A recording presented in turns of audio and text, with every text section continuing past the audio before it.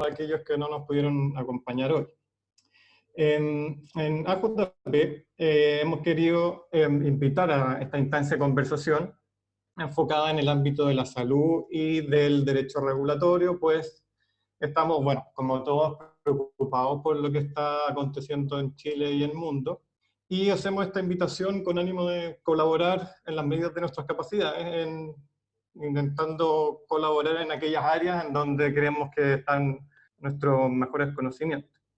Entonces, antes de partir propiamente con el seminario o webinar, un par de reglas o mensajes de utilidad pública.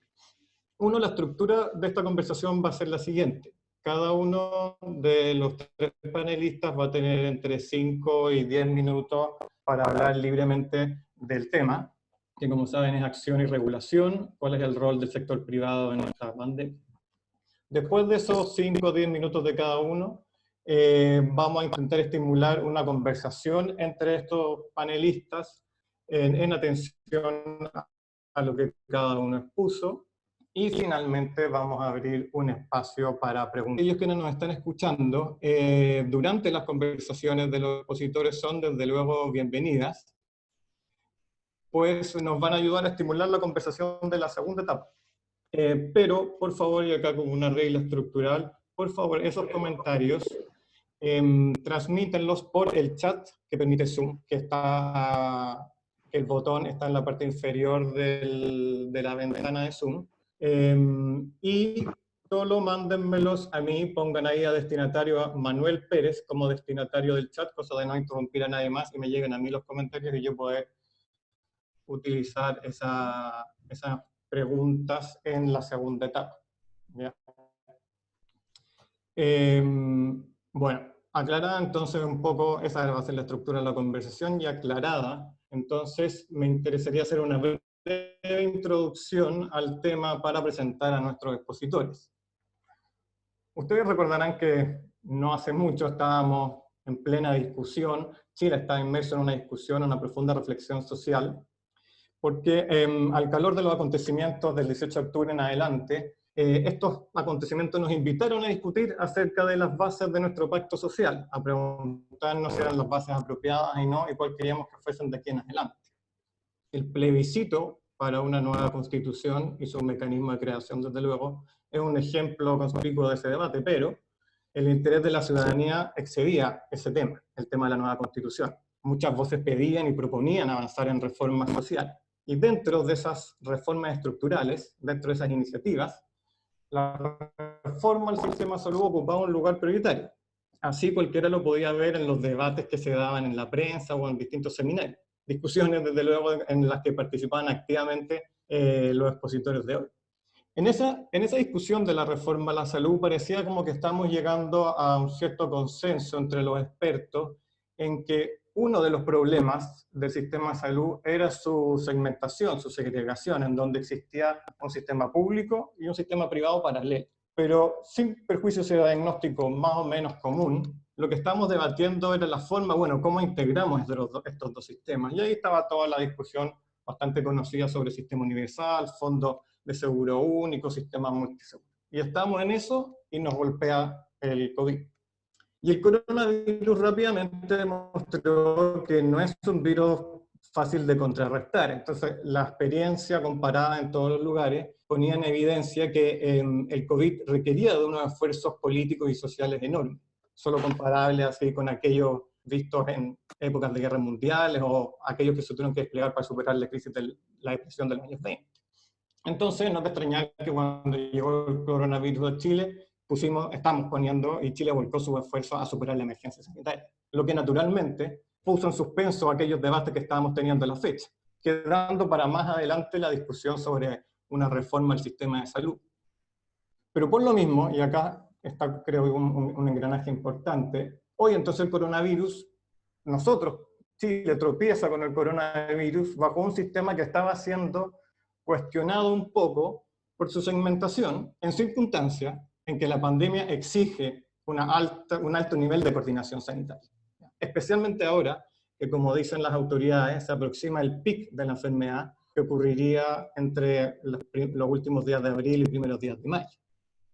Entonces, hoy tenemos que hablar con los bueyes que tenemos, y la pregunta es, ¿cómo lo hacemos? ¿Cómo haremos en las actuales condiciones? Y ahí entonces, para hacer frente al coronavirus, tenemos que enfrentar preguntas que tienen que ver con cómo nuestra red pública está preparada o no para enfrentar el PIB, qué rol aquí le cabe a la red privada, es el de hacer favores, como quedó un poco en evidencia con el alza de los planes de las ISAPRES, cómo integramos los dos sistemas. Hay que tomar el control de la salud privada, como dijo el ministro Mañalich hace algunas semanas. ¿Es necesario eso? Y si es necesario, ¿cómo se hace? ¿Qué del sector privado necesita el público? ¿Qué del público necesita el sector privado? En fin, en definitiva, un poco con qué herramientas cuenta la autoridad sanitaria, con qué herramientas sanitarias, políticas y jurídicas contamos para enfrentar este caso. Para abordar todas esas preguntas, tenemos a tres notables expositores, conversadores y expertos. En primer lugar, nos acompaña Gisela Alarcón. Ella fue subsecretaria de redes asistenciales entre el 2016 y el 2018. Hoy decana de salud de la Universidad Santo Tomás y consultora de la OPS. También nos acompaña Sebastián Pavlovich, ex superintendente de salud entre los años 2014 y 2018, y socio hoy de AJP Abogados. Por último, también nos acompaña Eduardo Álvarez, quien fue director jurídico del Ministerio de Salud entre los años 2015 y 2018, y también hoy socio de AJP Abogados. Dejo entonces, después de esta introducción, en primer lugar, doy la palabra a Gisela Alarcón para que disponga de sus 5 a 10 minutos, entonces, como mejor lo estimo. Gisela. Bueno, saludarlos a todos y a todas primero, agradecerles esta invitación. Es un gusto estar con personas conocidas, muy cercanos, además, todos los que estamos ahora en el panel y con los que vivimos momentos bien difíciles, complejos, y también momentos que se quedaron muy en el corazón desde el trabajo que compartimos, y que yo me imagino, por tanto, y me puedo imaginar la situación de las autoridades que están hoy día teniendo que enfrentar esta crisis que es inédita para el mundo. Yo quiero pedirle a Manuel que me avise cuando me quede poco tiempo, porque pudiera ser que me extienda más de la cuenta y no quiero hacer eso. A ver, yo creo que aquí hay varios temas que ha planteado Manuel en la introducción. En primer lugar, yo quisiera dar el contexto de qué estamos enfrentando cuando enfrentamos COVID-19 hoy día, en términos de salud, de lo que significa la presencia de este virus, que nos tiene al mundo más bien con preguntas que con respuestas al día de hoy, y parece ser que a medida que avanza la pandemia aumentan las preguntas. Me refiero sobre todo al ámbito epidemiológico, infectológico, clínico, donde hay muy pocas certezas hoy día para poder enfrentar el virus con alguna tranquilidad.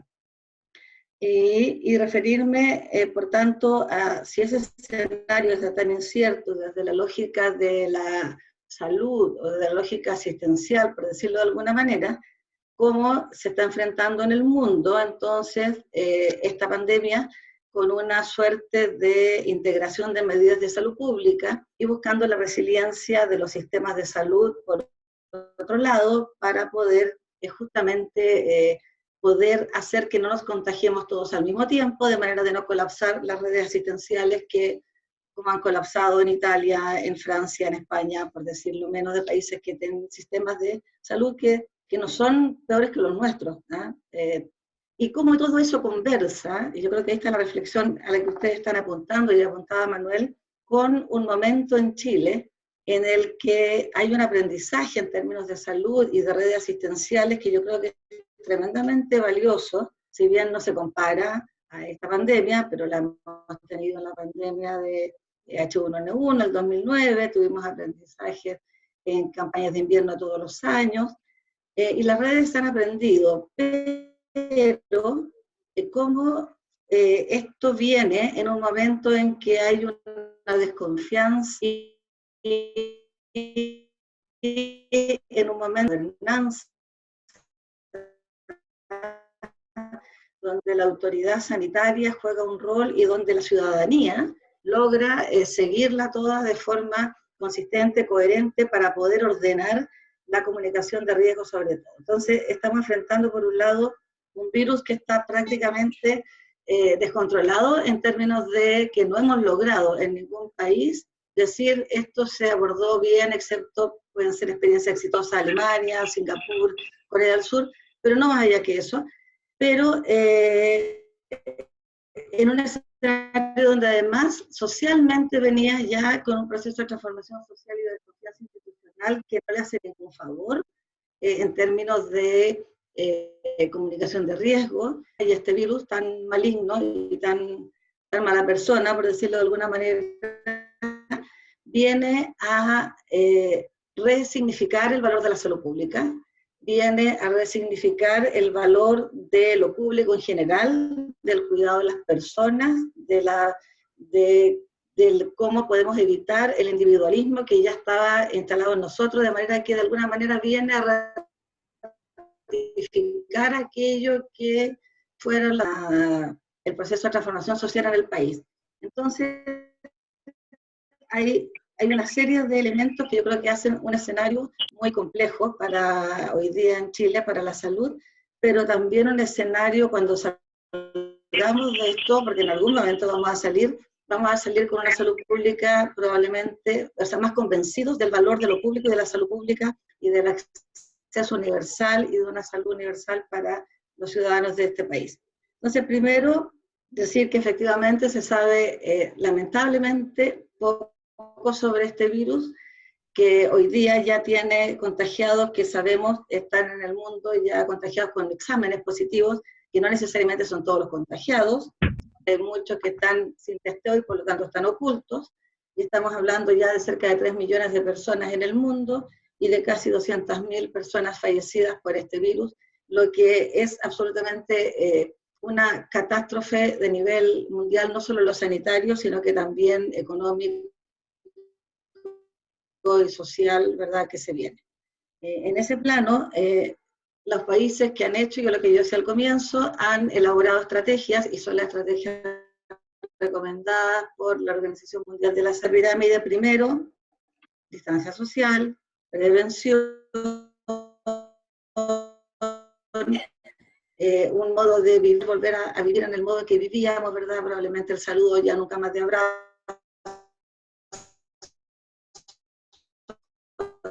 de beso, ciencia de protección a los más vulnerables, a los adultos mayores, a los enfermos crónicos, y luego cuarentena obligatoria para aquel que está contagiado, cuarentena preventiva para los contactos, y si es que todo eso no ocurre, en la punta de la pirámide, la cuarentena obligatoria de las ciudades, de las comunas, el lockdown, como ha sido denominado. Eso en conjunto con un sistema de salud resiliente. Entonces, cuando pensamos en el sistema de salud y el rol del sistema privado, por así decirlo, en Chile, claro, efectivamente nosotros tenemos un 15-12% de sistema privado en Chile, el resto es público. Es un tema la segmentación, y hoy día lo que está haciendo el Ministerio es haciendo más real aquella propuesta que ya hace varios años estábamos trabajando, que es de integrar la red asistencial. Y la integración de la red asistencial incluye a los privados. Y esto sin duda que ha generado roces, que está generando problemas. Hemos visto algunas comunicaciones desde las clínicas, ¿verdad?, porque están señalando que pueden tener una debacle financiera en el corto plazo, pero la verdad es que hoy día se requiere de un rol integrado del sistema público y del privado, aquello que no se había conseguido de otra forma, se tiene que integrar hoy día y se está integrando por medio de camas. Ahora un decreto que acaba de salir respecto a cómo debe funcionar el personal de salud, que también integrando en una red asistencial, tal como lo señala OPS, redes integradas de servicios de salud, diferentes dispositivos independientemente de si están perteneciendo a Fuerza Armada, a salud privada o a salud pública. Y eso yo creo que va en el camino correcto. Si ustedes me preguntan, eso va en el camino correcto. Hoy día de lo que se habla es de camas críticas, También decir que esto no se resuelve con las camas críticas solamente, que no se resuelve solamente con los ventiladores. Hoy día, de hecho, hay demostración de que el daño es mucho peor y más multisistémico que pulmonar, por lo tanto el respirador a veces hace incluso hasta mayor daño. Por lo tanto, se resuelve hoy día con una red donde cada uno de los actores de la red deben jugar un rol. Y aquí me paso al rol del primer nivel de atención y al concepto de atención primaria. Eso hoy día ha estado muy invisibilizado y hay claras demostraciones de que esta pandemia tiene varias olas. Y no me estoy refiriendo a las olas de los PIC o de las mesetas, sino que la primera ola es salvar vidas. Y en esa lógica estamos hoy día, en modo salvar vidas. Sin embargo, y ya el ministro, afortunadamente ayer, y digo afortunadamente porque creo que estuvo bien que pusiera esa alerta, se hace cargo de algo que veníamos diciendo ya hace un rato. Esto está dejando desprotegido a los pacientes, a los enfermos que no son COVID. Y está haciendo entonces que la demanda en las urgencias, por el miedo de las personas, ahí justamente, porque se ha comunicado el riesgo de formas que no son necesariamente las óptimas, están dejando de ir pacientes con daño coronario, con insuficiencia renal, o con diabetes, o que pueden tener un accidente cerebrovascular y no están yendo a las urgencias. Y eso significa que vamos a tener una segunda ola de este tipo de enfermos que va a generar una tremenda debacle sanitaria, porque ellos se van a complicar y van a venir no como una respuesta directa del COVID, pero sí como una respuesta secundaria. Y luego viene la tercera ola, en donde la atención primaria y el primer nivel de atención hoy día tiene que estar más visibilizado y debiera tener un rol más importante, que es todos los enfermos crónicos que no están teniendo acceso a control, a medicamentos, que tienen que hacer filas muchas veces para lograr tener una pensión, y eso hace que se estén contagiando y que estén entonces expuestos, y todo eso, más una cuarta ola que tiene que ver con salud mental y problemas económicos, hace que lo que se viene por delante no es un escenario para nada fácil, para ningún país y tampoco para Chile. Si uno pudiera sacar solo algo en positivo de esto, que ojalá cueste las menos vidas posibles y el menor daño sanitario posible, es que se va a valorizar después de esto aquello que fue demandado por la ciudadanía después del 18 de octubre, que fue una salud pública mejor, una salud pública más fortalecida, una salud pública universal. Creo que esa discusión va a tener más respaldo. Lamentablemente un respaldo que está cobrando vidas, pero creo que viene justamente a reforzar aquello que pidió la ciudadanía en su minuto. Creo que esas son las situaciones que yo quería poner en el debate o en los puntos. Finalizar solamente con que esta crisis de confianza en la institución hace que la comunicación de riesgo sea muy errática. Y lo quiero señalar así con los ejemplos, por ejemplo, que se generaron cuando se suspendieron las clases, los colegios. Tuvimos una declaración de la autoridad sanitaria diciendo que las clases se mantenían, luego una declaración de la vocera del comité asesor, porque se suspendieran las clases, porque no se suspendieran las clases, perdón, luego una presión de los alcaldes, a mi juicio, o sea, una presión de los alcaldes que yo respaldo en este caso, de que se suspendieran las clases. Pero yo me pregunto qué hubiese pasado en Chile si estaríamos hoy día diciendo que las medidas de salud pública están funcionando y que el PIC todavía no llega y hemos logrado aplanar la curva, si se hubiese mantenido la actividad en los colegios y en las universidades, y el transporte en el metro y todo lo que sabemos que ocurre. Entonces, cuando una persona en la casa escucha a la autoridad sanitaria diciendo una cosa, al comité de expertos diciendo otra cosa, y a los alcaldes presionando por una tercera cosa, y finalmente en un fin de semana se produce tanta dificultad de comunicación, creo que el ciudadano común y corriente entonces no le queda claro, y efectivamente va al mall, que es lo que nos pasó en Quilpué, ¿verdad? Sale y se va a zapallar, sale el fin de semana, no usa la mascarilla, no mantiene la distancia social, porque no está sabiendo bien cuál es el riesgo y qué es lo que finalmente hay que hacer. Y creo que ese es el mayor riesgo de una falta de alineamiento y sobre todo de que haga que haya confianza en que lo que se le está diciendo es lo que es mejor para todos y todas. Eso. Perfecto. Muchas gracias, Gisela. Ahora le corresponden entre 5 a 10 minutos a Eduardo Álvarez.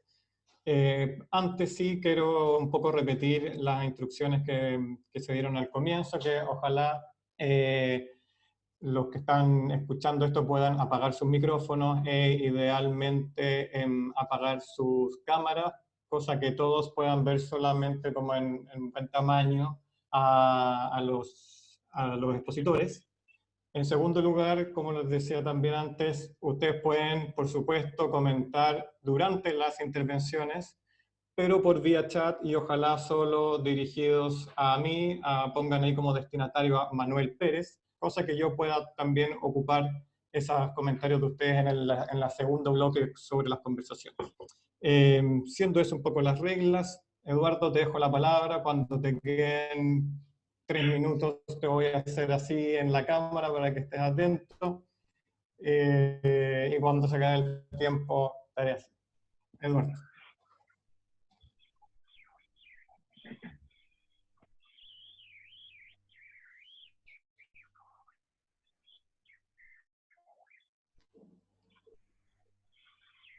Eduardo, Ahí no. sí, ya. Estaba saludando, parto de nuevo. Buenas tardes a todos, buenas tardes a todas.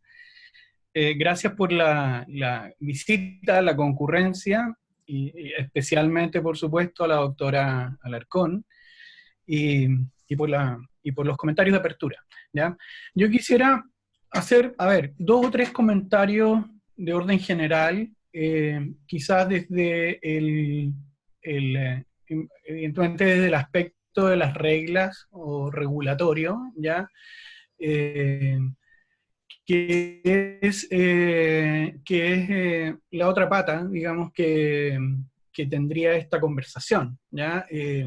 Ahí el COVID, la emergencia, la pandemia, pienso que está mostrándonos, está dejando ver muchas cosas, ¿ya? Evidentemente, con toda su crudeza, los niveles de inequidad que tenemos, ¿ya? Ya lo decía Manuel al comienzo, pero también permite ver, ¿ya? Y quizás reflexionar sobre cómo podemos seguir hacia adelante, ¿no es cierto? Cómo está reaccionando, bueno, cómo son las acciones sanitarias, pero también cómo son las reacciones regulatorias, ¿ya? Y en eso me parece, digamos, importante no perder de vista, aun cuando es un análisis que no tenga que ver con la inmediatez que la urgencia demanda, ¿ya? Al tomar acciones, acciones sanitarias, acciones de control, acciones de orden, pero también es importante no, digamos, perder de vista, como digo, que de todo resiste nuestro ordenamiento jurídico, ¿ya? Y si uno mira, digamos, el conjunto de acciones que se han ido desplegando, ¿ya? Puede ir leyendo qué instrumentos se han ido usando. Y yendo hacia la pregunta que nosotros nos hacemos sobre qué rol tiene la salud privada, los prestadores privados en esta emergencia sanitaria que nos enfrenta a un problema de salud pública, ¿ya? Podemos ver 2 niveles o 2 agrupaciones de reglas, ¿ya? No es una agrupación o una clasificación de normas muy académica, que digamos, pero creo que es importante distinguir por un lado, ¿no es cierto?, todo lo que se ha ido gatillando, primero cronológicamente con el decreto de alerta sanitaria, a continuación con el decreto de estado de excepción, y el conjunto de acciones que al amparo de estos instrumentos se han ido tomando, ¿ya? Toque de queda mediante, cuarentenas sanitarias, aduanas sanitarias, en fin, todo de acuerdo a la estrategia o el despliegue que la autoridad ha estimado, ¿no es cierto?, necesario desarrollar, ¿ya? allí surgen, digamos, quizás para el mediano plazo, algunas preguntas, ¿ya? Que tienen que ver con el otro aspecto de regulación que es necesario mirar, ¿ya? Que es el que tiene que ver con el diseño institucional, el diseño que soporta el sistema de salud que tenemos en Chile, digamos, la dualidad de nuestro sistema, ¿ya? Y poder respondernos, no qué rol tiene, sino que cómo debe jugar ese rol la salud privada, ¿ya? Considerando que no puede, digamos, no puede no estar, ¿ya? Frente a un problema de la magnitud que el de la pandemia. Ahí tenemos que, digamos, el estado de excepción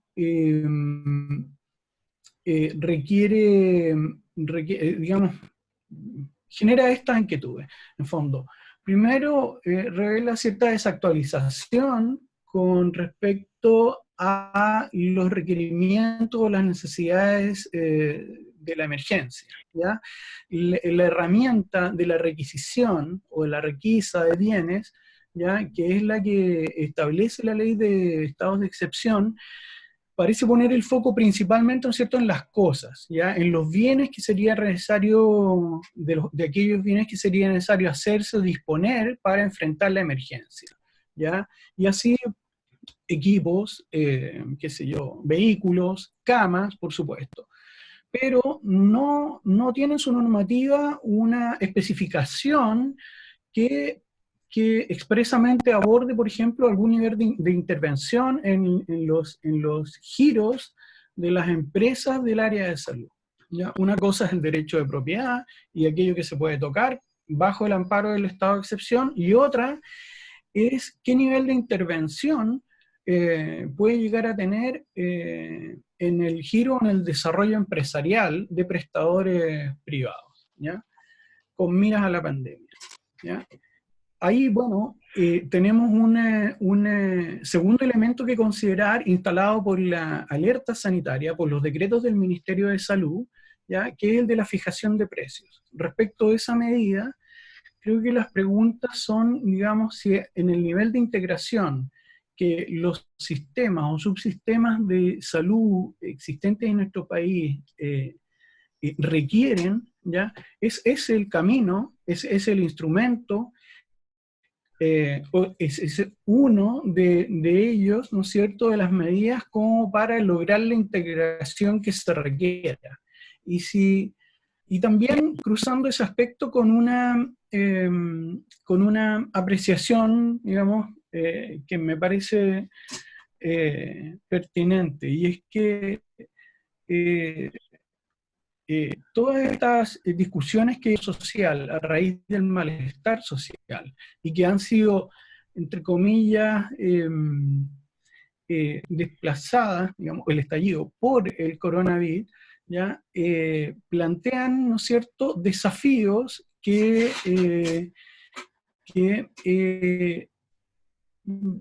creo que debemos tener mucho cuidado de enfrentar ahora con la pandemia. Me refiero a que un nivel de temas es el de la reacción, ¿ya? De urgencia con los instrumentos de que se dispone, y otro distinto es el de la discusión de diseños o rediseños o revisiones institucionales acerca de modelos de salud, modelos de aseguramiento, modelos de cobertura, ¿ya? Al tenor de lo que ya, digamos, se dejaba sentir con el malestar social. Entonces, ¿por qué hago la distinción? Porque, por supuesto, la inmediatez de las soluciones, ¿no es cierto?, puede demandar otras acciones independientes de los niveles de acuerdo que se tenga acerca de cómo funciona la salud y cómo interactúa la salud privada y la salud pública en nuestro país, ¿ya? Esas son discusiones sumamente necesarias, ¿cierto? El país se las debe, pero el timing o la urgencia que la emergencia impone, creo yo que también permite hacer esa distinción, ¿ya? Y es parte de lo que nos están mostrando la emergencia. Creo que también habría que detenernos en precisamente el elemento de la fijación de precios, ¿ya? No quiero, digamos, hacer consistir en eso solamente el rol que uno podría esperar o el elemento en torno al cual debería basarse la relación, ¿no es cierto?, entre el sistema público, la red pública y la red de prestadores privados, ¿ya? Técnicamente es una imposición, ¿no es cierto? Se decreta, se fijan precios máximos, más allá de cómo en los hechos se ha llegado a ese tipo de soluciones, ¿ya? Formalmente así se están estableciendo, en instrumentos que también pueden ser materia de opinión, ¿ya? Pero creo que en la fijación de precios estamos constatando, digamos, que por lo menos, emergencia mediante, nuestro sistema normativo resiste de algún modo la fijación de ese elemento, ¿ya? Afectando o limitando el derecho de propiedad, ¿ya? El decreto del Ministerio de Salud en la alerta sanitaria, ¿no es cierto?, fija montos máximos para arrendar, ¿ya? Inmuebles, y también fija precios máximos para compras de medicamentos, insumos y acciones o servicios sanitarios, ¿ya? Entonces, no digo que ahí se resuelva de ningún modo la integración entre los dos sistemas para enfrentar el fenómeno de la salud pública, ¿ya? Que es mucho más complejo, tiene mucha más derivada, más aristas, ¿ya? Pero ese parece ser un nudo gordiano en la separación y en las lógicas con las que funciona cada uno de los sistemas, ¿ya? Creo que eso es básicamente en resumen. Dejo acá el comentario y seguimos luego con las preguntas. Gracias. Muchas gracias, Eduardo. Antes de dar la palabra a Sebastián, reitero a todos los que nos están escuchando la posibilidad que tienen de enviar sus comentarios para el segundo bloque, sus comentarios sobre las intervenciones vía chat que permite Zoom, solo por favor dirigidos a mí, a Manuel Pérez. Entonces dejo el piso a Sebastián para que disponga de sus 5 a 10 minutos. Vale, perfecto. Muchas gracias, Manuel, muchas gracias, Eduardo, Gisela, muchas gracias por aceptar la invitación y gracias a todos por haberse dado el tiempo y tener el interés de escuchar estas intervenciones, pero básicamente a partir de eso poder tener una conversación sobre algo bastante crítico. Hay distintas formas de acercarse al problema que nos convoca. Y creo que lo primero que uno debería ser capaz de hacer es plantear que el sector privado no son solo las ISAPRES ni son solo las clínicas. Tenemos distintos niveles de intervención del sector privado y por la capacidad de impactar a toda la sociedad que tiene una epidemia, sin duda esa pregunta tiene que plantear esa primera distinción. O sea, por lo menos en salud uno puede distinguir a nivel de aseguramiento, a nivel de prestación y a nivel de provisión de insumos. Tanto producción de insumos y medicamentos como también la distribución de ellos.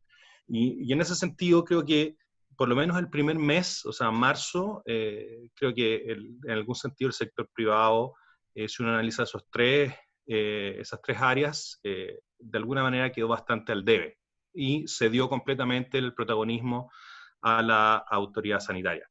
El sector de distribución se hizo noticia básicamente por la especulación que hubo en el acceso a ciertos productos, alcohol gel, mascarillas y otros. A nivel de prestadores, el problema fue el precio del examen para detectar COVID y a nivel de los seguros terminó el mes con la noticia de alza de precio de los planes. Y no hubo muchas más noticias que supiéramos que vinieran del sector privado y lamentablemente ninguna era muy positiva. En algún sentido entendible. La amenaza que significa una pandemia ante todo plantea un desafío a la autoridad y es el momento para el cual tanto el Poder Ejecutivo como el sector salud está básicamente preparado. Es su momento, el momento de tomar decisiones. De hecho, si uno ve en la actitud legislativa, en algún sentido es algo desesperada, digamos. En el fondo, la pandemia se enfrenta desde el Ejecutivo, el Congreso, de alguna manera, lo único que quiere es intervenir, pero se da cuenta que aquí lo que se requiere es coordinar, tomar decisiones, implementar, ordenar, etc.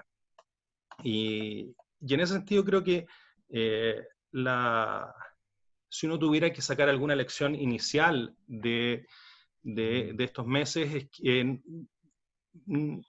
yo creo que lo primero es distinguir la autoridad sanitaria, la vigilancia y las funciones que tienen que ver con eso, con lo que es las redes. Y en ese sentido creo que sin duda se nos plantea una pregunta sobre la reforma del sistema de salud, pero yo creo que es sobre una reforma más pendiente y muy poco discutida, que tiene que ver con la Subsecretaría de Salud Pública, con las autoridades sanitarias regionales y con la necesidad de que efectivamente las facultades exorbitantes que tiene la administración en tiempos normales, ejercidas en un ámbito específico de tiempo, excepcional como una epidemia, tengan alguna coherencia institucional y además tengan capacidad institucional.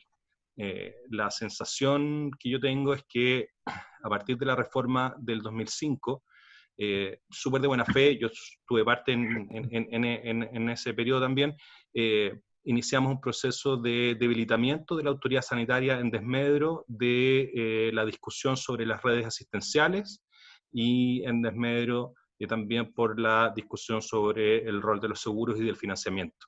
Y creo que efectivamente eso nos pasa un poco la cuenta. No sé si alguno de ustedes ha intentado encontrar el Plan de Acción COVID 2019 en la página del Ministerio de Salud. Se ve una serie de medidas, pero no está ningún plan. Por lo menos yo no he podido encontrarlo. Y en ese sentido no es tanto responsabilidad de este gobierno, sino de nuestra capacidad institucional de no haber estado realmente preparados. Para lo que fue H1N1, que probablemente es un 10% de lo que estamos enfrentando hoy día, teníamos un plan, había un plan Plan Nacional de Enfrentamiento de Influenza, había sido discutido durante varios años, había sido trabajado, hubo varias versiones y el 2009 teníamos la capacidad y en el fondo sonó la alarma y todas las autoridades superiores tenían este plan en la mesa.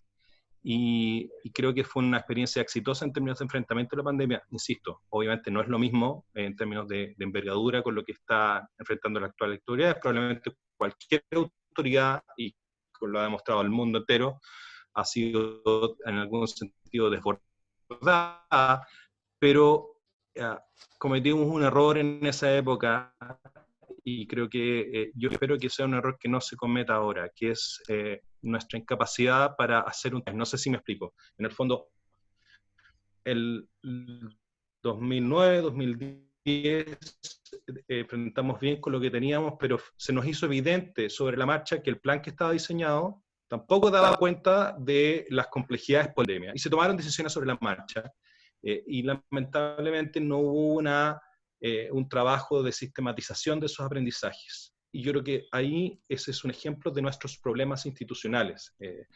Cuando los americanos tuvieron el desastre de Katrina, después de eso, a los 6 meses, tuvieron un informe de 800 páginas de los aprendizajes que significó para su institucionalidad ese desastre.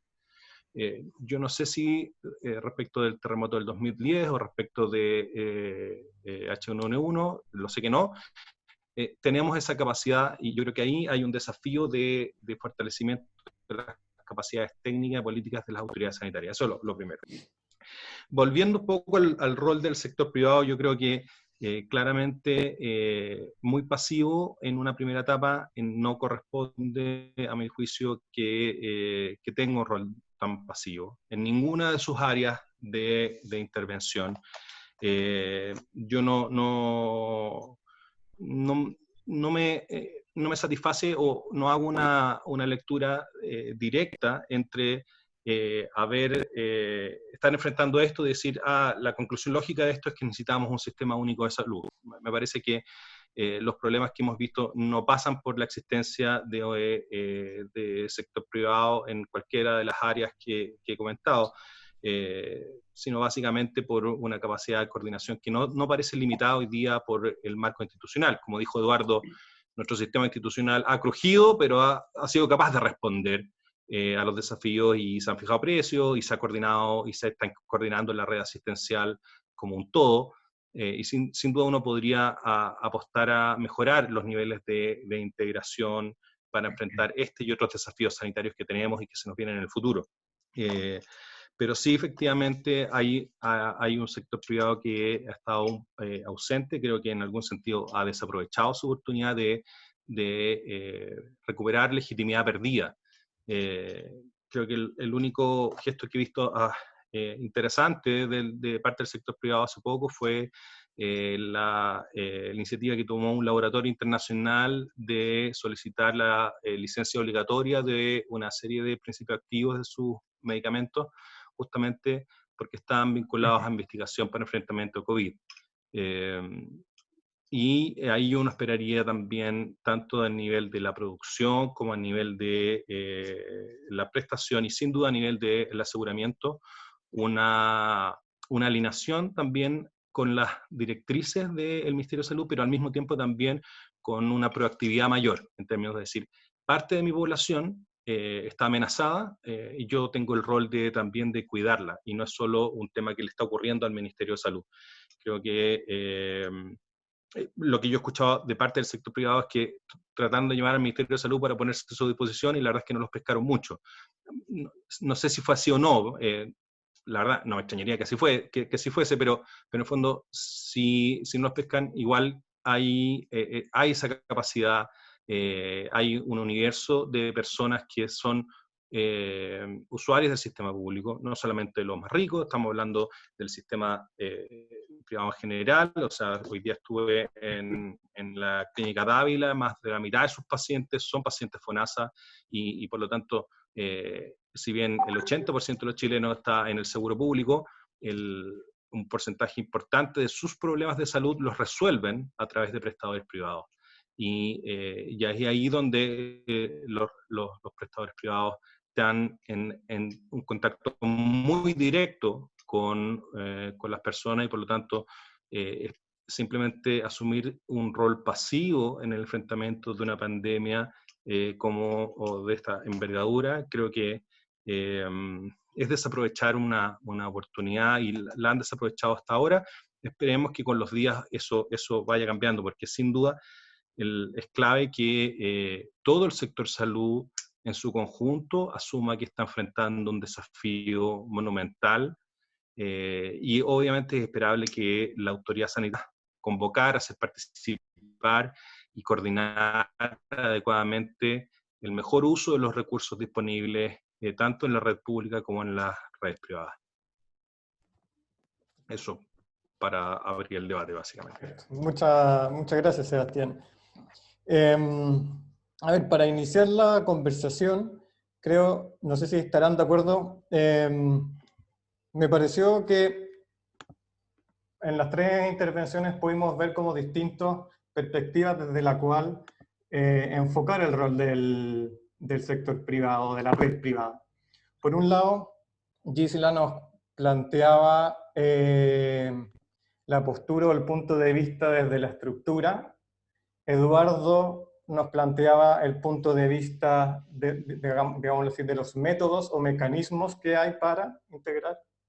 Y Sebastián nos hablaba de un sujeto en la regulación de este rol, que es la autoridad sanitaria. Y en esos como tres puntos de vista hay un tema que creo que sería, bueno si si pudiésemos ahí entre todos dar luz, porque tomando en cuenta que en esta conversación están participando abogados y, no abogados, y profesionales de la salud, que es, por ejemplo, una pregunta que es transversal, que sería, ¿qué entendemos un poco por integrar un sistema? ¿Qué es en el fondo integrar una red cuando lo habla un profesional de la salud para que a su vez el abogado va a saber qué pasos, mecanismos debo seguir? Porque es integrar una red, disponer de las camas o ver una forma de disponer de las camas críticas del sector privado sin designar el recurso humano necesario para poder gestionar esas camas, por ejemplo. Bueno, eso es como una pregunta que creo que puede ser como que está detrás de todo. Pero, particularmente, también hay un punto como ya directamente en las intervenciones, creo que Gisela toca un punto interesante cuando dice que esta pandemia puede que nos demuestre o nos haga ver cuál es el rol de la salud pública, y quizás que la salud pública salga fortalecida. Permítanme, digamos, intentar debatir ese punto en el siguiente sentido. Desde luego no porque no quiera que salga fortalecida, pero desde el punto de la opinión pública, eso dependerá de qué tan exitosos salgamos de la pandemia. Porque si termina viéndose digamos, si el sistema no se termina viendo integrado, si la población termina viendo una salud pública desbordada, uno podría decir que para la población no va a salir fortalecida y le va a tener cierto rechazo a la salud pública, si es que esa fuera la hipótesis. A Eduardo quizás también sería bueno que nos contase, porque hizo una pregunta interesante que es, o sea, hizo un punto de vista interesante que tiene que ver con que la pandemia nos ha hecho ver cómo hemos reaccionado, no necesariamente desde el punto de vista sanitario, sino desde el punto de vista regulatorio. Y aquí creo que ha pasado que con esta pandemia ha ocurrido algo más o menos novedoso, que es la regulación de precios.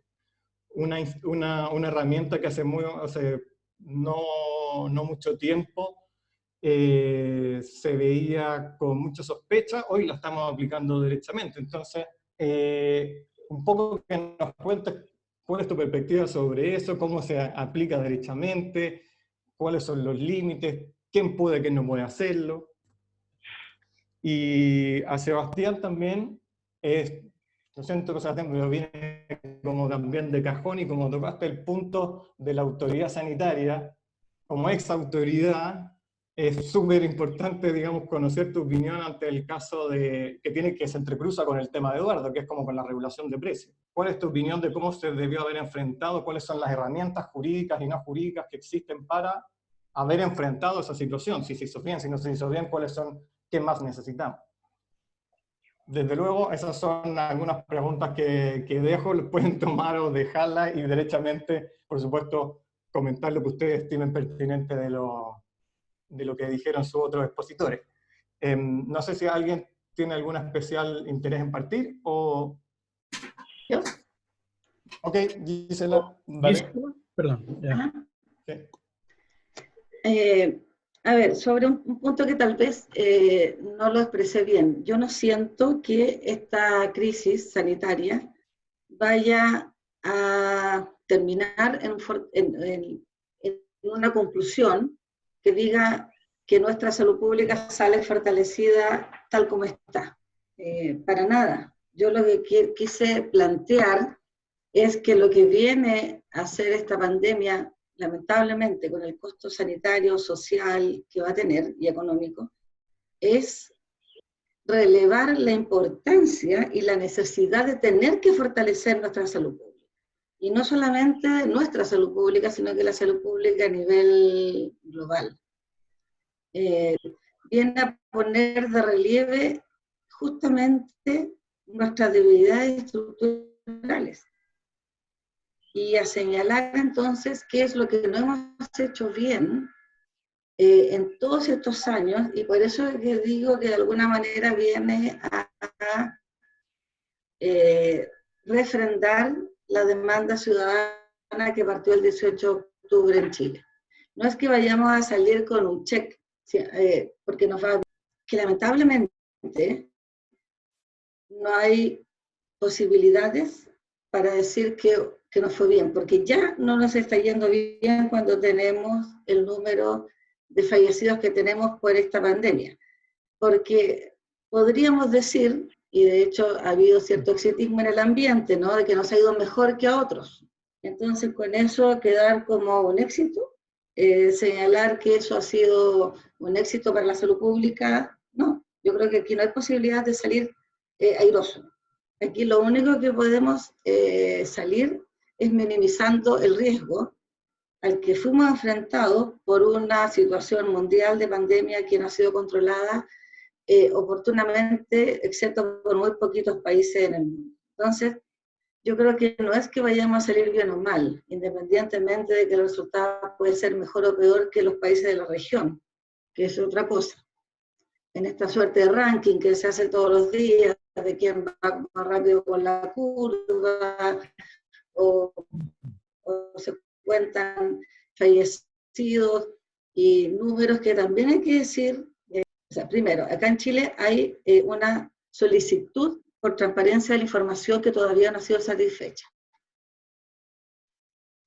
Y quisiéramos que fuera mejor satisfecha para que todos pudiéramos saber y conocer mejor los de todos los pacientes COVID positivos que ingresan a una UCI, cuántos de esos pacientes fallecen. Sabemos los fallecidos todos los días, pero no sabemos de ese universo cuánta recuperación hay. Hoy día no estamos sabiendo tampoco cuántos pacientes pudieron haber fallecido por COVID, porque solamente se considera el paciente fallecido por COVID cuando tiene el examen realizado. En otros países, como en Italia, se contabilizaron como fallecidos por COVID aquel que fallecía por una neumonía de causa desconocida. Por lo tanto, hacer comparaciones es súper complejo hoy día, ¿no? Porque estamos todos midiendo cosas un poco distintas. Sí creo que estoy convencida de eso, es que releva la necesidad de tener una salud pública, Sebastián. Lamentablemente, y no fue, yo entiendo, no fue la idea de la reforma del 2005, pero sí ocurrió que se fue debilitando la función que tenía la autoridad sanitaria en términos de las funciones esenciales de la salud pública. Y claro, aparece la Subsecretaría de Redes, que tampoco yo siento que le quitó espacio a la otra subsecretaría. Yo no creo que esté por ahí la respuesta, pero sí creo que quedó debilitada. Funciones de salud pública esenciales que quedaron debilitadas en nuestro país. Tanto es así que hoy día, ¿verdad?, nos cuesta todavía tener claridad de lo que está ocurriendo epidemiológicamente en algunas regiones, que todavía tenemos dificultad para hacer conexión integrada entre el CEREMI y el director de Servicio de Salud, etcétera. Es decir, todavía hay un tema que no se pudo resolver y probablemente va a venir en la nueva reforma un nuevo modelo estructural del Ministerio de Salud para reorganizarlo de forma distinta, porque el que tenemos evidentemente generó estas dificultades. Entonces estoy de acuerdo con que se debilitaron funciones esenciales de la salud pública, que hoy día se hacen hoy día más necesarias que nunca, que no se escuchó suficientemente en el mundo lo que la Organización Mundial de la Salud venía diciendo hace rato, respecto de fortalecer la atención primaria de salud como una estrategia de salud primaria, no como un primer nivel de atención, donde la lógica territorial y el cuidado integrado de las personas de un territorio, desde la prevención hasta la rehabilitación, efectivamente se hace de forma coordinada e integrada. Y ahí me paso entonces a la pregunta que tú hacías, Manuel, de qué se entiende por una red integrada en el territorio, y de ahí también, bueno, comentario aparte, porque el proyecto de reforma FONASA que planteó el gobierno, a mi juicio, tiene varias debilidades en este aspecto. Una red integrada en un territorio definido significa tener a cargo a una población determinada en el territorio con sus determinantes sociales, haciéndonos cargo de la necesidad de esa población. Y eso significa integrar privados, públicos, más allá del seguro, que esté finalmente respondiendo o a quien pertenezcan esas personas de la población.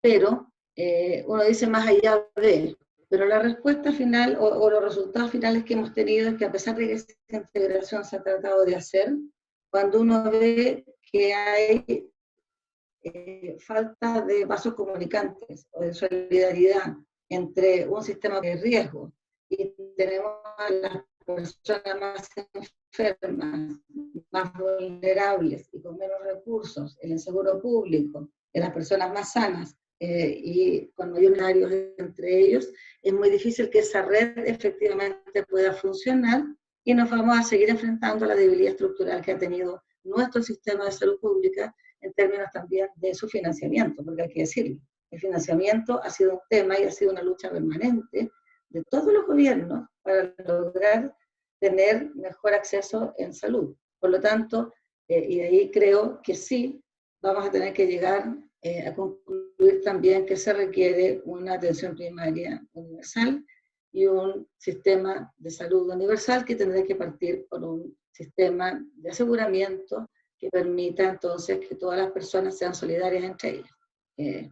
Esa es mi opinión. En ese sentido, no quiero ser reduccionista, pero como para integrar, como digo, como los conceptos en todos los que estamos acá escuchando, uno podría decir entonces que la integración de la que estamos hablando, un sistema es integrado en atención al objeto que tiene ese sistema, que en este caso sería atender a una población. No, por decirlo así, el factor que define un sistema integrado no es la propiedad, por ejemplo. No es que la propiedad de todo el sistema esté integrado en una unidad, por tirar otro parámetro que en general caricaturesco se ocupa. Sería el objeto de un sistema es el que tiene que estar integrado, que es la atención a una población. Esencialmente uno pudiera decir que ahí está el foco, porque cuando hablamos de integración de los servicios, o integración de cuidados, o integralidad de los cuidados, estamos siempre pensando en centrarlo en la persona, en la comunidad y en su familia. Dicho eso, hoy día, dada la segmentación que tiene nuestro sistema de salud, si bien en la integración uno pudiera tener modelos de gobernanza integrados también y no dependiendo de quién depende el financiamiento, de dónde viene el financiamiento, en la medida que hay esta inequidad en ambos sistemas, hace también necesaria para la adecuada integración y la población el que haya más solidaridad y por eso el pensar en un seguro universal. Perfecto. Y antes de pasarle la palabra a los otros expositores, si nos puedes ayudar, Gisela, con una aclaración de conceptos, tomando una de las preguntas que me llegan por chat, es si pudiésemos aclarar para todo, cuando hablamos de salud pública, ¿de qué estamos hablando? Porque de nuevo, uno podría decir en lo más abogadil y formal, salud pública es aquella salud de propiedad del sector público, y no es eso lo que el concepto de salud pública propiamente tal es. Entonces, si cuando uno habla de salud pública y de las funciones esenciales de salud pública, está hablando de salud colectiva, al final. Y la salud colectiva y las funciones esenciales tienen que ver con poder mirar la necesidad de la población, prevenir, hacer promoción, cuidar los determinantes sociales, educar, es decir, en un ámbito mucho más amplio que la sola prestación asistencial y además mucho más allá de un sistema público o privado, estamos hablando de salud colectiva. Claro. Pero con el valor de lo público, y ahí es donde viene entonces la discusión que está hoy día en el mundo. Cuando el valor de lo público no estaba suficientemente instalado y tú tienes que pagar, y depende de tu capacidad de pago, el que puedas acceder a aquello que debiera ser un bien público, es ahí donde entramos entonces en la colisión de mirar la salud pública como colectiva versus el sistema de salud público y el privado que tenemos en Chile. Perfecto. Eduardo. Ahí. Sí, lo de los a ver, primero comentar, concuerdo con Sebastián, con lo que dice al final, ¿no es cierto? Cada uno debe tomar su rol en este desafío, ¿ya? O asumirlo. Pero, y ya ustedes dos, Gisela y tú ya un poco salí del tema, o sea, yo creo que rol de cada uno, estoy hablando de la salud pública y la privada, está muy determinado, ¿no es cierto?, todos lo sabemos, por un eje, por un eje rector que es diferente, ¿ya? Y por tanto, que sirve para explicarse, sirve también para demonizar, para las caricaturas, pero por supuesto que en la salud pública los prestadores, ¿no es cierto?, es muy determinante la rentabilidad financiera o económica, ¿ya? Y es algo en lo que está el ojo. No digo que en lo público no, pero eso es un principio, hay un ánimo de lucro, y eso lo digo me parece incluso bien, ¿ya? Si se quiere, con algunos matices. Y en lo público tenemos que, para usar el misma expresión, la misma paradigma, lo que se busca es una rentabilidad social, ¿no es cierto? Se va por los pacientes, ¿ya? Se los llama, se los digamos, vigila, ¿ya? Se los trata de mantener, ¿no es cierto?, a la cohorte sana. Entonces la relación es muy diferente, ¿ya?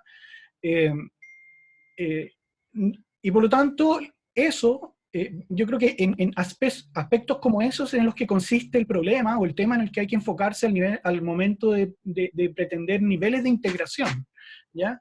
Tanto en condiciones normales como, para qué decir, en el momento en el que estamos, ¿ya? También concuerdo que eso no tiene que ver necesariamente, ¿ya?, con quién es el dueño de los recursos de la infraestructura, ¿ya? Pero hoy día, así como hay opiniones más o menos polares, ¿no es cierto?, en estas conversaciones, yo creo que también hay cierta polaridad en el diseño legal de nuestros dos subsistemas, ¿ya? No conozco, o me podrán corregir, pero no conozco reglas reglas que fuercen alguna integración. Sí, por supuesto que hay interacciones, ¿no es cierto? Existen marcos legales, bueno, el sector público compra, ¿no es cierto?, compra prestaciones GES, hay convenios en el famoso DFL 36, o sea, hay vínculos. La noción de Sistema Nacional de Servicios de Salud incorpora, ¿ya?, en la red pública a establecimientos privados que tengan convenio. Entonces, pero ahí hay relaciones contractuales, ¿ya? Para ser justo también, bueno, hay un nivel de deuda muy importante, ¿no es cierto?, entre los hospitales públicos y los privados, en fondo, ¿ya? Entonces, y con eso quiero sacarme de encima la caricatura del lucro, pero también la de la ineficiencia. O sea, ese nivel de deuda se llega a él porque es muy multifactorial, ¿no es cierto?, la explicación, pero conspira contra esta integración, ¿ya? Y además esta integración, o falta de integración, se echa más de menos, ¿ya?, frente a un problema que ya nuestra invitada Gisela lo aclaró muy bien, ¿no es cierto? Cuando hablamos acá de salud pública no estamos hablando de hospitales públicos, ¿ya?, que pertenecen al Estado o a los servicios de salud, sino que de un fenómeno sanitario que nos afecta a todos, al margen y por lo tanto ahí habría que haber, debiéramos ser capaces de tener, digamos, pisos mínimos de cobertura, ¿ya? Ciertas, digamos, tratar de romper ese esquema estanco, ¿ya?, que conecta muy bien con garantías constitucionales, ¿no es cierto?, y con cierto tipo de argumentaciones, ¿ya?, pero que profundiza esta diferenciación en la que cada uno funciona, ¿ya?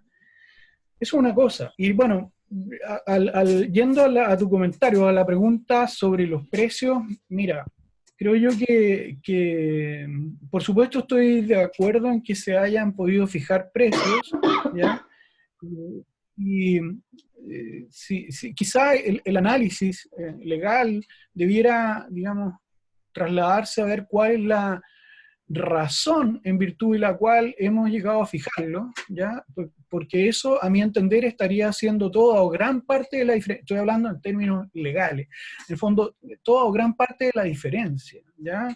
Porque en condiciones normales, entendería yo que ese es no voy a decir un problema, pero es algo que, digamos, no tenemos, ¿ya? Entre nuestros dos sistemas. Y no sé si debería ser el elemento que salve todos estos inconvenientes derivados de las diferencias, la falta de integración, ¿ya? Pero o se depende de... Es cosa de ver, en el fondo, estalló la situación y las ISAPRES subieron el alza, bueno, finalmente no terminaron haciéndolo, ¿no es cierto? Por ahí las clínicas también vi que establecieron, digamos, costos que se leían como barreras de entrada, ¿no es cierto?, para acceder al examen COVID, ¿no es cierto? Te cobro el examen, te cobro la consulta, en fin. En el fondo, probablemente todo eso tiene una explicación desde el punto de vista de la estructura de costos, pero volvemos un poco a la dinámica en que cada sistema se piensa así, se entiende, razona y se explica, ¿ya? Entonces, yo creo que no es tampoco el momento de ser... el de ser puristas con las reglas, o sea, por lo tanto, si nuestro sistema no tuvo otro mecanismo que el del control vertical, discrecional, incluyendo fijaciones de precio, bueno, la emergencia lo amerita, ¿ya?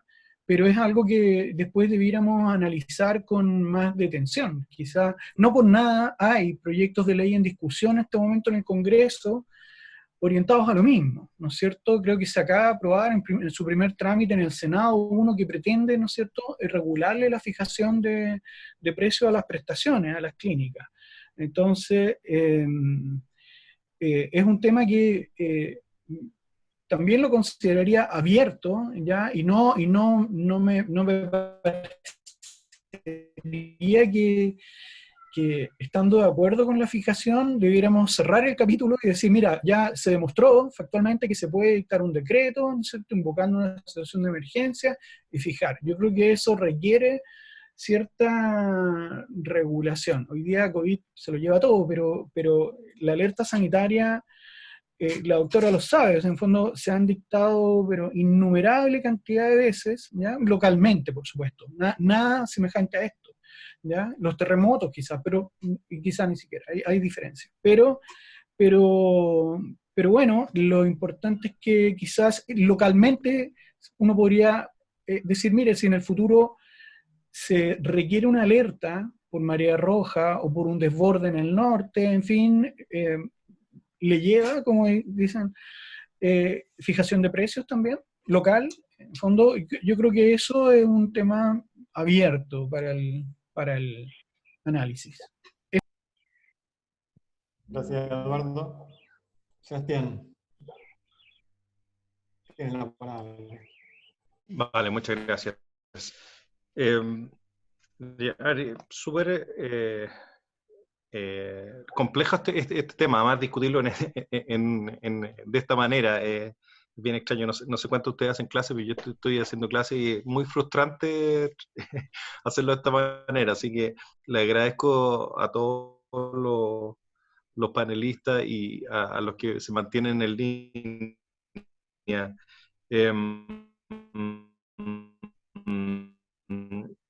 Como parafraseando un dicho, yo creo que para fijar precios y comer pescado hay que tener mucho cuidado. Fijar precios, la cosa es establecer ciertas regulaciones. El problema es que es tentador fijar un precio que a priori uno puede considerar justo, sobre todo cuando el impacto financiero de esa fijación no la sufre uno, la sufre otro.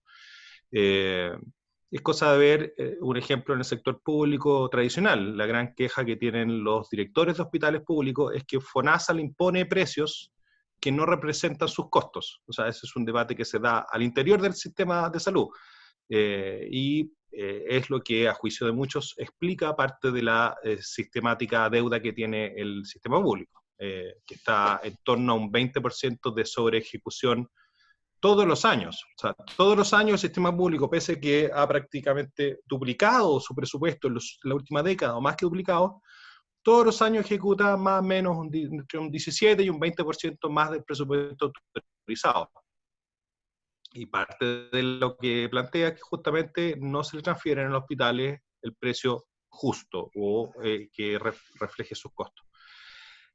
Lo que ocurre es que los hospitales públicos no quiebran, solo se endeudan, y por lo tanto, en el fondo, no tiene mayor impacto, o el impacto que tendría si el hospital fuera privado. Si tú a un privado le pagas o sus flujos son distintos a sus costos, y en algún momento se ve obligado a cerrar la cortina.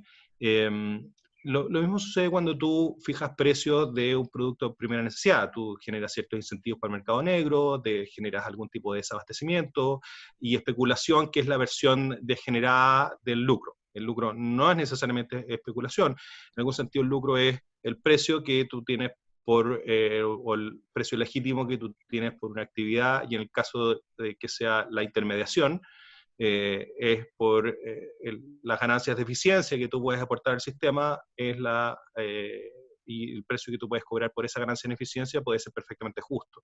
Es la especulación lo que duele, es el aprovechamiento, y eso es expresión de la naturaleza humana en circunstancias excepcionales. Y por eso, a mí me parece que en circunstancias excepcionales, la fijación de precios puede ser perfectamente justificada. Y en circunstancias normales me parece que lo razonable, en particular en salud, por las imperfecciones que tiene esta industria, lo razonable sería apuntar a mecanismos que sean más regulados, que incorporen lógicas de monopolios naturales o de mercados que son particularmente imperfectos. Y yendo directamente a tu pregunta, que en el fondo, ¿qué sucedió con el tema de alza de precios? Es una conjunción de mal timing y de mala regulación. El hecho de que sea una mala regulación lo tenemos claro hace ya bastante rato. Es la regulación que establece la ley para alza de precios, que recuérdese que fue una mejora respecto de lo que había antes. O sea, la regulación que hoy día se cuestiona es la regulación que se aprobó en el 2005, justamente en el marco de la reforma que dio lugar al auge y a la reforma de la autoridad sanitaria. Ahí se reguló para mejor respecto a lo que había anterior, pero ese remedio en algún sentido llegó bastante tarde, como valga la redundancia, como remedio para la enfermedad de la inflación de los costos en salud, y terminó judicializándose. Y el problema que tenemos ahí es que esa mala regulación justamente ha sido cuestionada sistemáticamente por los tribunales, y para las ISAPRES, en el fondo, es parte de sus mecanismos de ajuste de costos. O sea, recuérdese que además el sistema está horquillado por varios lados. La tarificación del sistema se basaba básicamente en una asignación de precio vinculado al riesgo individual de las personas, de acuerdo a tablas actuariales de riesgo, y por lo tanto hombres y mujeres en sus distintos tramos de edad pagan un precio por pertenecer al sistema asociado a su riesgo individual. Eso fue cuestionado sustancialmente por el Tribunal Constitucional hace una década. Luego los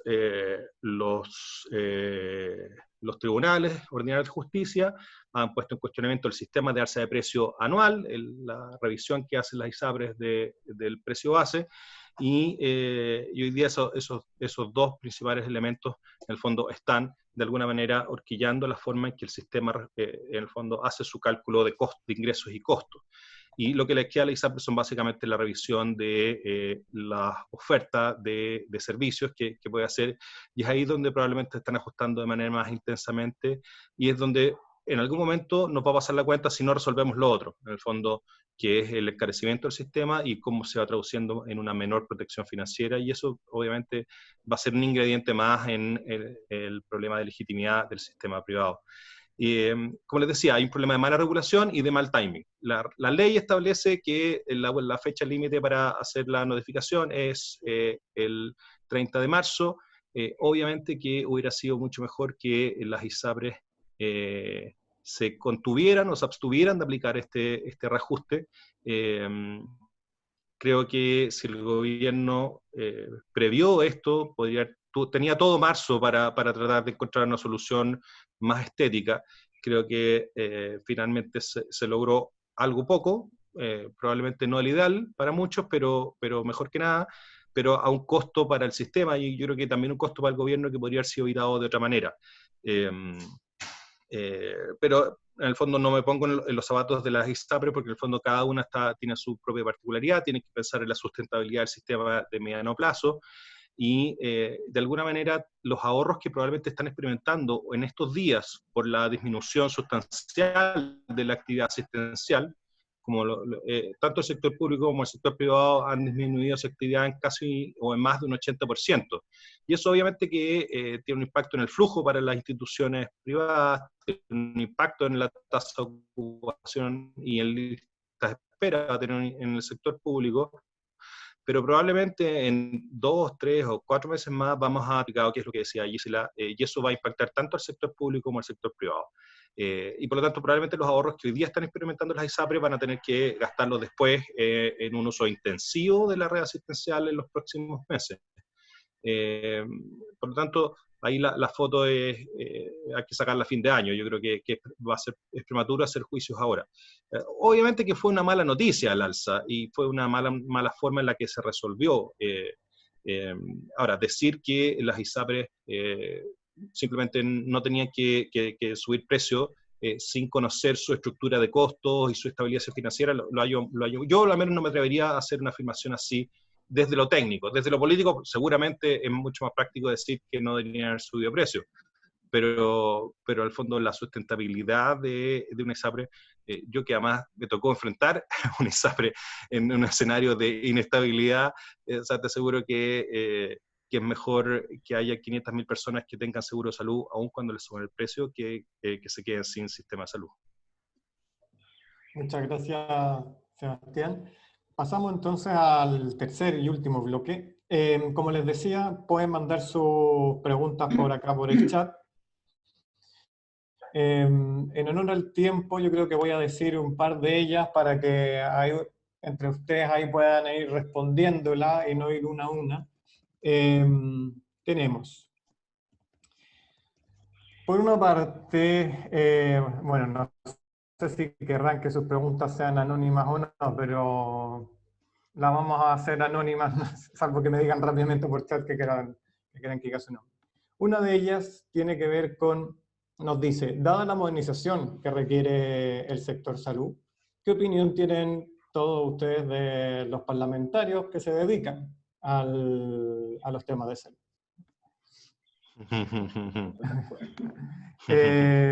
Otra pregunta tiene que ver con,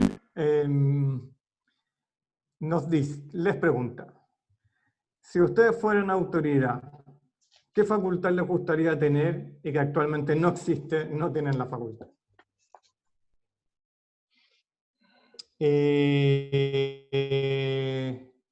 También les preguntan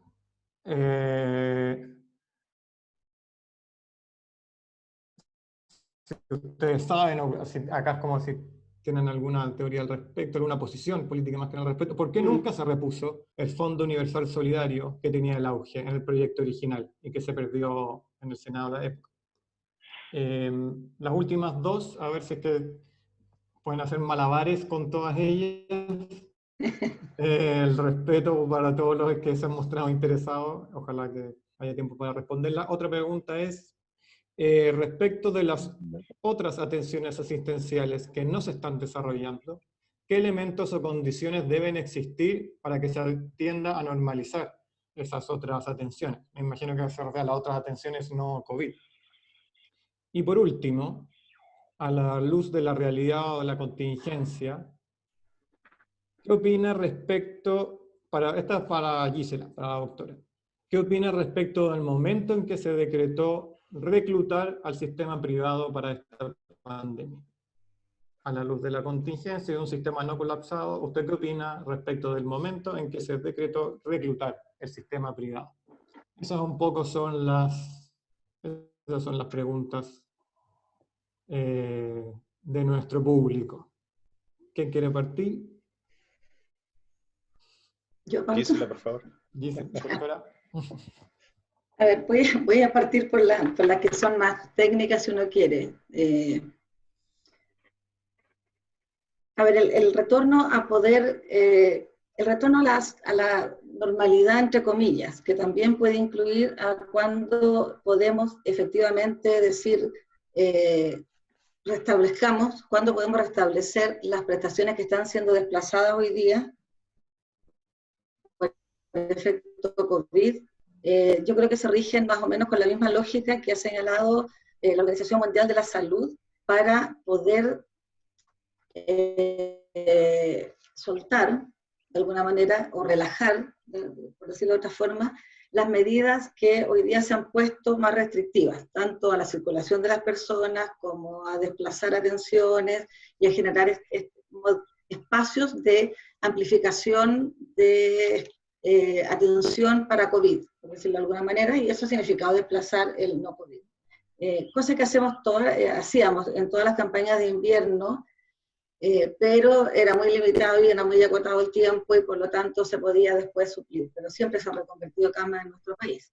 Y cuando dice la Organización Mundial de la Salud que uno puede empezar a pensar en aquello, y por eso fue tan cuestionado durante el fin de semana pasado el que se anunciara tan abruptamente una vuelta a la normalidad, es cuando en primer lugar uno tiene muy claro epidemiológicamente y desde el punto de vista de la vigilancia sobre todo, otra función esencial de la salud pública, que requerimos fortalecer en nuestro país también, que no estamos frente a una situación de riesgo respecto del aumento de los contagiados si es que se relaja, entre comillas, una medida determinada.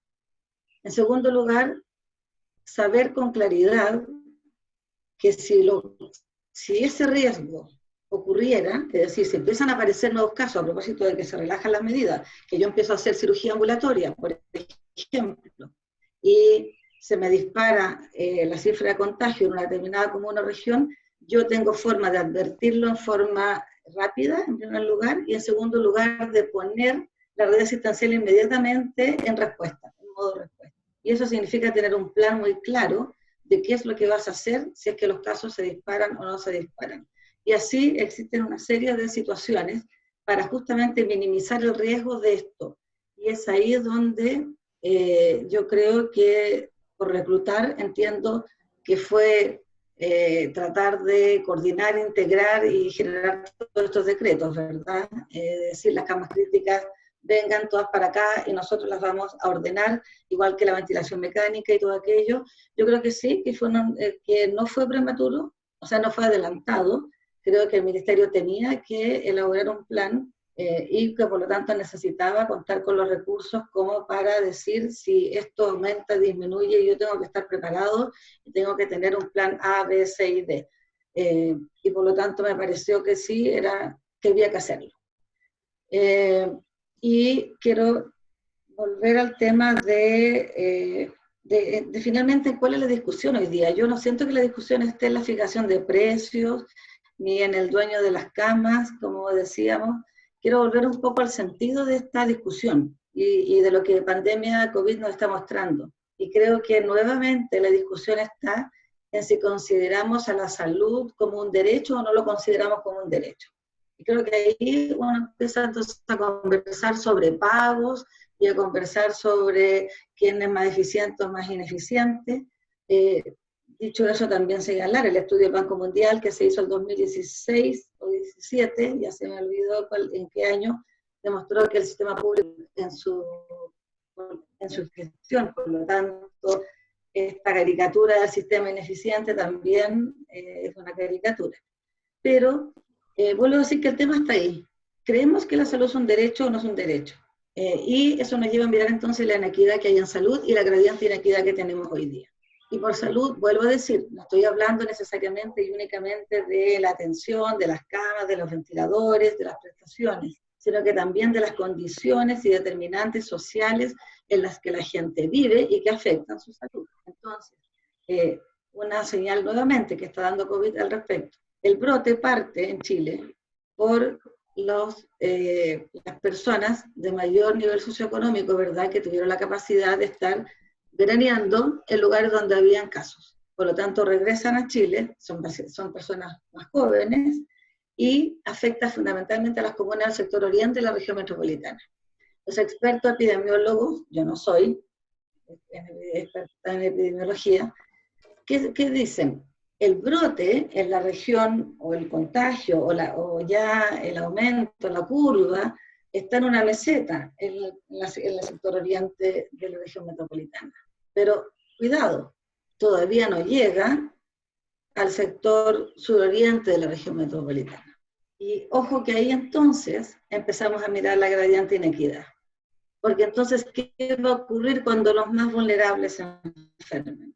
¿Qué va a ocurrir con ese sector que hoy día está absolutamente en condiciones de vulnerabilidad desde todo el punto de vista sociocultural, que está en Bajos de Mena y en todo lo que conocemos? Entonces, cuando de nuevo volvemos a relajar la medida, volvamos a clases, a lo mejor en el sector oriente se va a poder hacer, porque se puede cumplir con todos los requisitos que señala la OMS, pero no lo pensemos para comunas vulnerables, porque además no hay probablemente inmunidad de rebaño o inmunidad de grupo, no se está logrando eso. En Nueva York el 20% solamente de la población generó anticuerpos y ni siquiera sabemos si esos anticuerpos sirven y por cuánto tiempo van a durar. Entonces vamos a poner en riesgo una población donde ¿quiénes van a sufrir? De nuevo, los vulnerables. Y por lo que ya traen daño, lo que tienen, los que son hipertensos, diabéticos, todo eso. Ok, el tiro. Entonces vuelvo a el tema que lo que nos pone esto de relieve es salud pública, más salud pública, y digo más salud colectiva, con un financiamiento público, con un financiamiento solidario, con un financiamiento universal, y con y el Fondo Solidario de la ONG, por supuesto que quedó olvidado. Si no, no estaríamos en esta situación hoy día. Eso. Gracias, Gisela. Eduardo, Sebastián. Dale, Eduardo.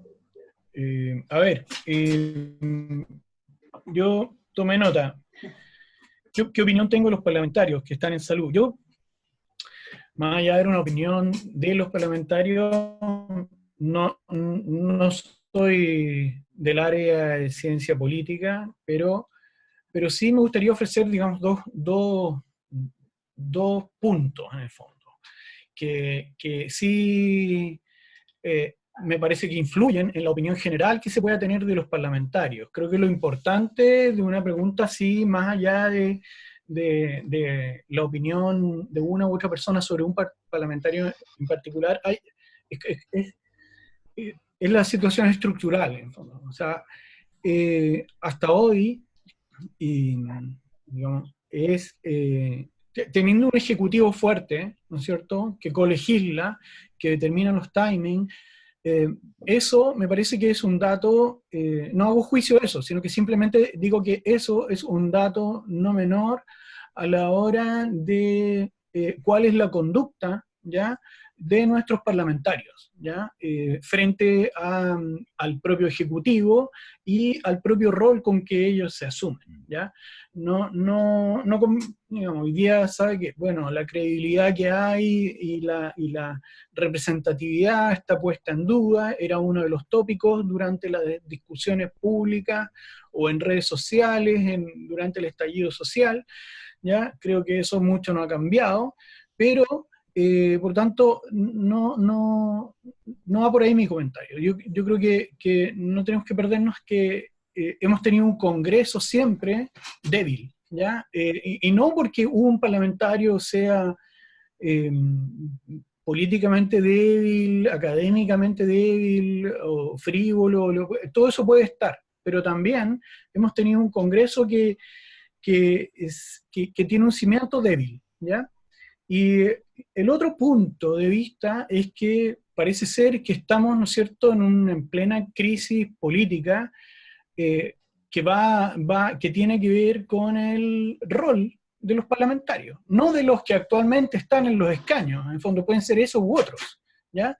Pero lo que siga en el futuro, y de hecho uno percibe un poco en las mismas conductas que los actuales parlamentarios, digamos, toman, ¿no es cierto? Pareciera ser que hay intentos de, no sé si es mucho decir gobernar desde el Congreso, digamos, frente a la emergencia COVID, pero a veces se nota eso, ¿no es cierto? ¿Ya? Y así se presentan proyectos que se saben inconstitucionales y que se empuja mucho, ¿ya?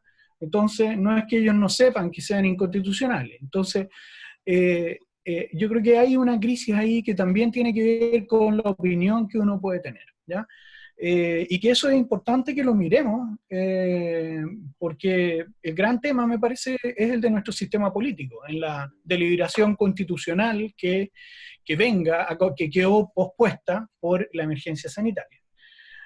sobre qué facultades le gustaría tener y que no hay. A mí no me gustaría tener ninguna porque no me gustaría ser autoridad nunca, pero sí creo que sería deseable que, digamos, una autoridad de salud, y habiendo podido ver de cerca algunas autoridades, aquí tenemos una, a nuestro lado, lo complejo que es estar. O sea, yo le concedo eso al mismo ministro Mañalich, a los subsecretarios, a la doctora Castillo, en fin, a todos los ministros con quienes tuve la oportunidad de trabajar, ¿ya? No es una cosa fácil, en las condiciones más normales que alguno de ellos haya tenido, en la semana más normal, ya eso es un tema aparte, pero quizá sería deseable que, claro, que tuvieran ni siquiera tanto más facultades para gobernar autónomamente más, sino que pudieran gobernar o dirigir o ejercer ese rol de rectoría y de regulación que tiene el ministerio sobre la base de otros diseños. Repito esa palabra, ¿no es cierto? Porque eso permitiría otros niveles de fluidez, de transparencia, de control, en fin, otras dinámicas para enfrentar los temas de salud pública, ¿ya? Compartiendo que además la salud es un derecho, como dijo Gisela. Entonces, y si eso estuviera resuelto políticamente y legislativamente, por supuesto que creo yo que no sé si va a ser más liviana la pega de una autoridad en salud, pero en el fondo la va a desahogar de muchos problemas en donde hay un desgaste enorme y un rendimiento que a veces no es el que uno quisiera, el que se espera, ¿ya? Eso con respecto a lo que a mí me gustaría, digamos. Y bueno, Gisela lo dijo, yo creo que el tema de la reposición o no reposición del Fondo Solidario, sí, siempre fue un tema ahí que en el tintero a veces tuvo que ver con acuerdos o mayorías políticas y con, en fin, con agendas. Creo que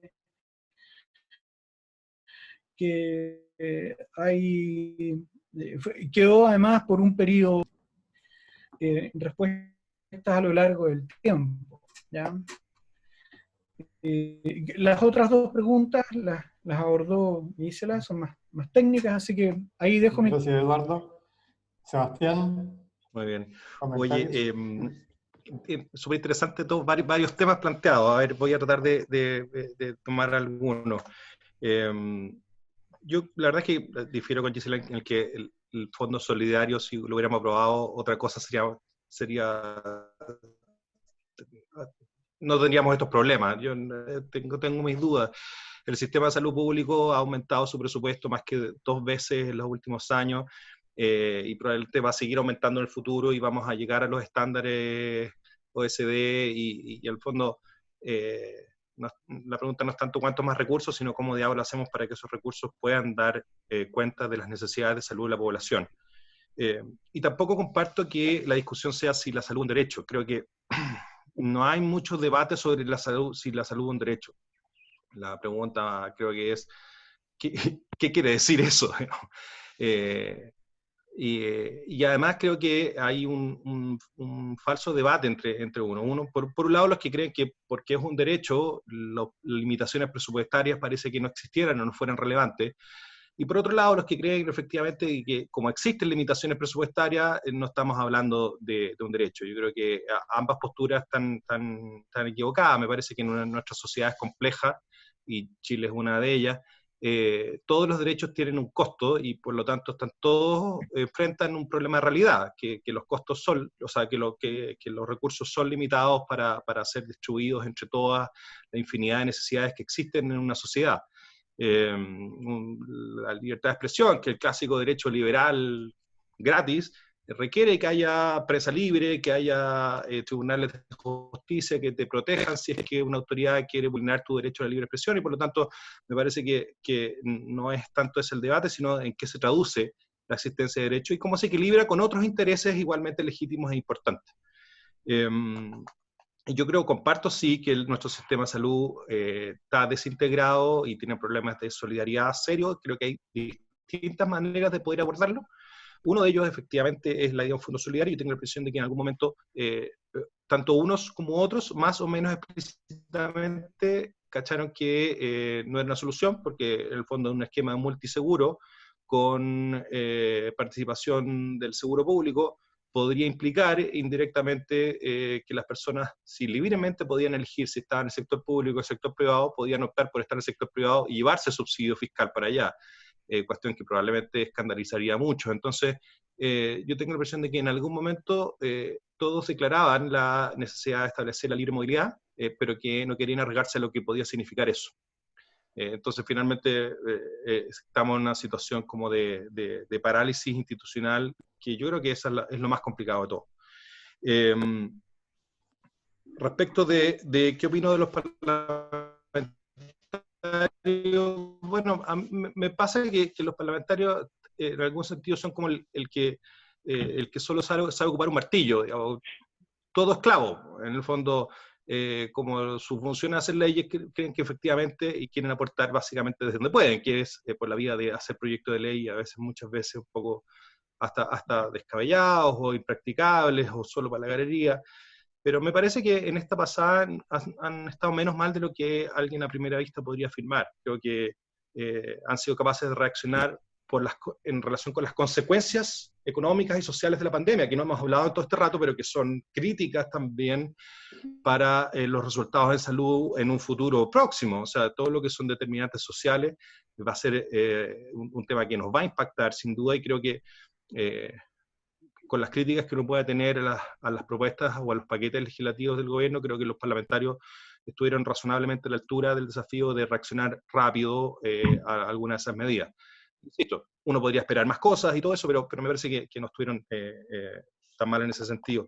Y respecto de qué facultades creo yo que podría tener la autoridad, creo que pensando todo este rato cuáles, en situaciones de emergencia, me parece que las facultades exorbitantes son, en el fondo, no solamente tienen amparo constitucional, sino que además tienen mucha legitimidad social. Por lo tanto, y además, en el fondo, lo que, para mi sorpresa, nuestra sociedad está mucho más disponible a renunciar a sus derechos que a su vida, y por lo tanto he visto mucha voluntad de las personas de que se tomen medidas restrictivas de libertades y derechos, y la verdad es que creo que no va por ahí la facultad que yo creo que debería tener. Sí creo que hubiera alguna facultad que le permitiera a la autoridad hacer inversiones estratégicas o protecciones incluso del sector privado estratégico para efectos de generar cierta autonomía estratégica en la producción, por ejemplo, desde investigación científica hasta algo tan pedestre como hacer alcohol gel. En el fondo, el cómo tener capacidad de producción frente a situaciones de emergencia más o menos asegurada, con industria que se pueda alinear con necesidades sociales, me parece que es algo que podría, que creo que sería razonable pensar para un futuro. Eso. Gracias. Aprovechando este debate que se ha dado al final, o el tema de el derecho a la salud, su rango constitucional, que en donde han llegado ahora último preguntas en el chat, aprovecho de dejarlos a todos invitados a seguir con nosotros en estas conversaciones y que nos acompañen en un próximo coloquio, porque en la próxima reunión que tengamos tendremos a Tomás Jordán, eximio constitucionalista y socio de AJP, junto a otros grandes invitados, en donde conversarán sobre el proceso constituyente en un escenario post-coronavirus. La fecha no la tenemos confirmada aún, hay negociaciones, pero tan pronto cerremos la fecha les vamos a enviar a todos la invitación para que participen, ojalá tan activamente como en la reunión de hoy. Pero ya siendo 5:15, creo que es un momento en que agradezca enormemente a los expositores, especialmente a Gisela por haber aceptado participar de este primer seminario o conversatorio de AJP Abogados, y también muchas gracias al público por su interés, por el respeto que mostró durante todas las intervenciones, por sus comentarios y preguntas al final de la sesión. Así que por mi parte reitero gracias a todos, espero que nos volvamos a ver y bueno, Cuidémonos entre todos. Un abrazo a Muchas gracias. todos, muchas gracias a Gracias todos por la por la atención. invitación y cuidémonos. Muchas gracias Chao, Gisela, Andrea. y a todos. Gracias a ustedes, gusto de verlos. Que estén muy bien, cuídense. Hugo.